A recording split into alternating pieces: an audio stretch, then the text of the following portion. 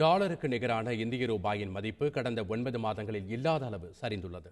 இதற்கு காரணம் என்ன, பொதுமக்களை இது எப்படி பாதிக்கும் என்பது குறித்து விளக்குகிறார் எமது வணிக செய்தியாளர் விஷ்ணுராஜ்.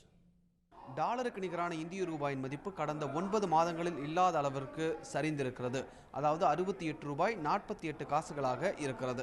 இதற்கு முக்கிய காரணம் அப்படின்னா, டாலருக்கு நிகரான இந்திய ரூபாயின் மதிப்பு நிர்ணயம் செய்யறதுல ஒரு முக்கியமான பாயிண்ட் என்ன அப்படின்னா, நம்ம கைவசம் எவ்வளவு டாலர் இருக்கிறதோ அதை பொறுத்து தான் டாலருக்கு நிகரான இந்திய ரூபாயின் மதிப்பு ஸ்ட்ராங்காக இருக்கா வீக்காக இருக்கா அப்படின்னு பார்க்கறதுல இது ஒரு முக்கியமான பாயிண்டாக பார்க்கப்படுகிறது. சரி, இப்போ டாலருக்கு நிகரான இந்திய ரூபாயின் மதிப்பு குறைஞ்சிருக்கே, நம்ம கைவசம் இருந்த டாலர் குறைஞ்சிருக்கா அப்படின்னு கேட்டால், கடந்த ஒரு மாசத்துல 10,000 கோடி ரூபாய் அளவிற்கு இந்தியாவை விட்டு டாலர்கள் சென்றிருக்கிறது. அதாவது 1.5 பில்லியன் டாலர் அளவிற்கு டாலர்கள் இந்தியாவை விட்டு சென்றிருக்கிறது. வெளிநாட்டு முதலீட்டாளர்கள் பங்குச்சந்தையிலிருந்து அதை எடுத்து சென்றிருக்கிறார்கள். அதனால தான் கடந்த சில நாட்களாகவே இந்திய பங்குச்சந்தைகள் தொடர்ந்து சரிவில் இருந்திருக்கிறது. சரி, இப்போ டாலருக்கு நிகரான இந்திய ரூபாயின் மதிப்பு 9 மாதங்கள் இல்லாத அளவுக்கு சரிஞ்சிருக்கிறதுனால எனக்கு என்ன அப்படின்னு நீங்க கேட்கலாம்.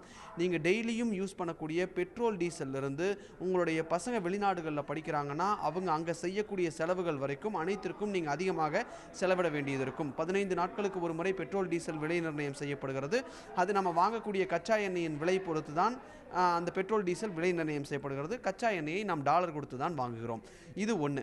ரெண்டாவது, உங்கள் வெளிநாட்டில் உங்கள் பசங்க படிக்கிறாங்க அப்படின்னா அவங்களுக்கு நீங்கள் செய்யக்கூடிய செலவுகள் அதிகரிச்சிருக்கும். இது யாருக்கு பலன் தரும் அப்படின்னா, ஏற்றுமதியாளர்களுக்கு பலன் தரும். ஸோ கச்சா எண்ணெய் மாதிரியான முக்கியமான விஷயங்கள் நம்ம இறக்குமதி செய்யக்கூடிய நாடுகளுக்கு இது பலன் தராது, இது பாதிப்பை தான் தரும் என்பது நிபுணர்கள் கருத்தா இருக்கு.